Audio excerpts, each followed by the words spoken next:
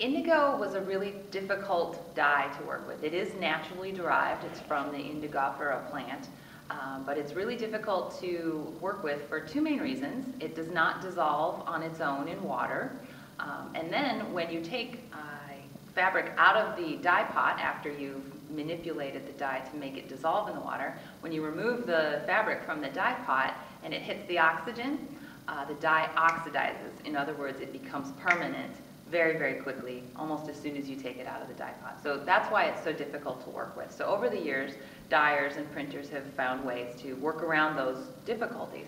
One of the earliest methods that they came up with was called pencil blue. And the reason it's called pencil blue is that they used a brush that was otherwise known as a pencil to sort of dab the dye on.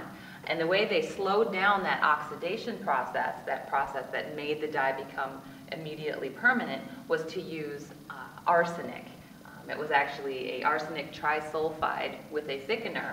And as we now know, arsenic is a poisonous substance. So those dyers who were using it were really, they were put in danger, because when they were penciling the dye onto the fabric, they would sometimes then, use their mouth to get a point on their brush again. And so they were actually ingesting some of that arsenic. So we don't know for sure what impact it had on the workers, but it couldn't have been a positive impact. So that's one of the earliest methods of directly applying the indigo dye to fabric. And you can tell a pencil blue sort of by the splotchy effect that you see, for instance, in this fabric. So later on, dyers and printers came up with new methods of applying indigo dye directly to fabric. One of the most common ways that we saw in the mid to late 1700s was the use of copper plates.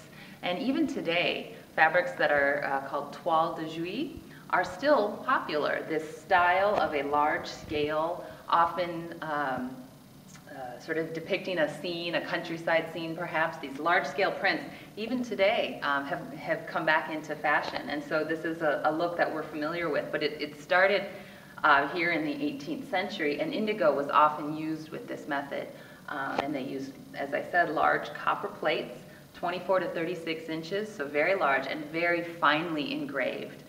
So one of the hallmarks of this look is the very detailed images that you can see on them. So those were toiles, and again, indigo was used with that. And as we move into the 19th century, the 1800s, printers and dyers came up with other methods, a resist printing method that's sort of like similar to what we know of as sort of batik fabrics, using some sort of substance to block the dye from penetrating the fabrics. So they came up with a way to block the indigo. They also then came up with a way of discharging the indigo, and discharge is just another word sort of for bleaching out or removing the dye from the fabric.